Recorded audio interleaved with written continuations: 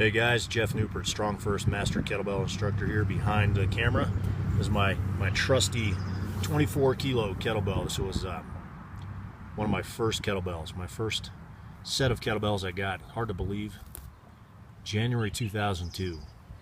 Got the starter set from Dragon Door along with the Russian Kettlebell Challenge VHS tape and book. Man, long time ago. Anyway, lots happened in the last 12 years. We've seen kettlebell training really evolve from a Russian cultural sport to the needs of desk-bound Americans, which is actually why I'm shooting this video today, because one of the things that just really bothers me is when people get injured using the kettlebell. There's no reason for that.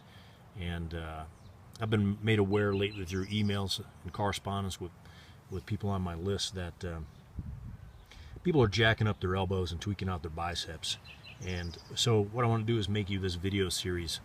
Originally it's going to be 1 or 2 videos, and I think we're going to push it out to about 4 videos. And we're going to cover some basic steps that you can do immediately. Like, you watch the video and you put it into practice, and just to make sure that you can protect your elbows and protect your biceps. All right, so we're going to start this first video. I'm going to get out here from behind the camera, stop yammering on this introduction, and we're going to cover correct setup, because that's actually where it all begins. And you may think you have the setup correctly, you may or may not. So make sure you watch the next part of this video and we'll cover it in detail and make sure you are good to go. All right, I'll see you on the other side of the camera. All right guys, out from behind the camera. The first thing I wanted to cover in this first video is your setup. It's your posture or your starting position on every single one of your ballistics, all right? You may think, well, what's that got to do with my elbow? Well, your elbow holds your wrist and your hand, obviously, or it's the bridge between your wrist and your hand and your shoulder, all right? And if your setup's not correct, then it's very difficult to keep a straight arm, and it's very difficult to keep that elbow joint from whipping or keeping it bent and stressing or straining the bicep. All right, so we want to make sure that the setup is golden right from the start. So if you practice this setup, this ensures less strain and stress on the elbows and the biceps. All right, so let's get to it. Setup. Kettlebell wants to be 6-8 inches in front of you. That's probably a good place. I want to fold at the hips right here. I'm folding, all right, like this. My hands go on the kettlebell, my chest is up, and my head is straight forward. Eyes are on the horizon. This is what it looks like. Notice my shoulders. They are not up here around my ears. Okay, what I'm doing is I'm actually pulling my shoulders down into my hips and shortening this distance just by basically contracting my lat. Really, I'm just thinking about pulling my shoulders back into my hips. There. Right? This is a nice, strong setup. We do it with 2 hands, and then we do it with 1 hand. Okay? Chest is up. Notice that makes the back nice and flat. Keeps that nice lordotic curve in there without flattening it out, excuse me. Now, you may be wondering, why do you keep your head up? Very simple. Your body follows your head. So if my head is down, my entire body is going to want to fold in half.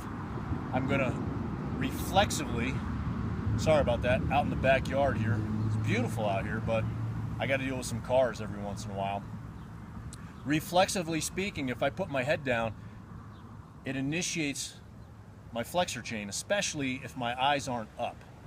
All right, and what that means is the front of my body wants to contract, and that exposes the back of my body.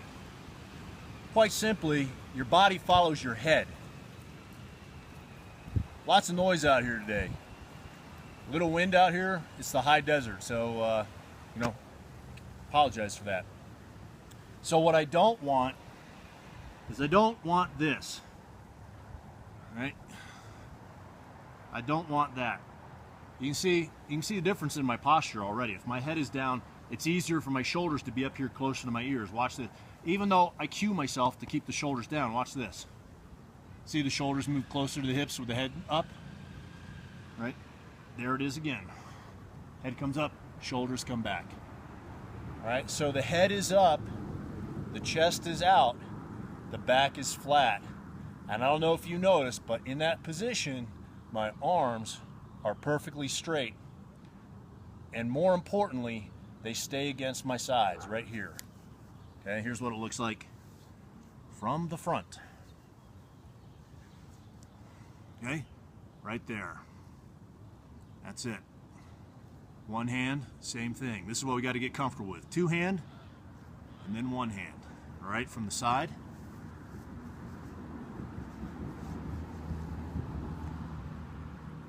One hand. Probably should get in the camera, huh?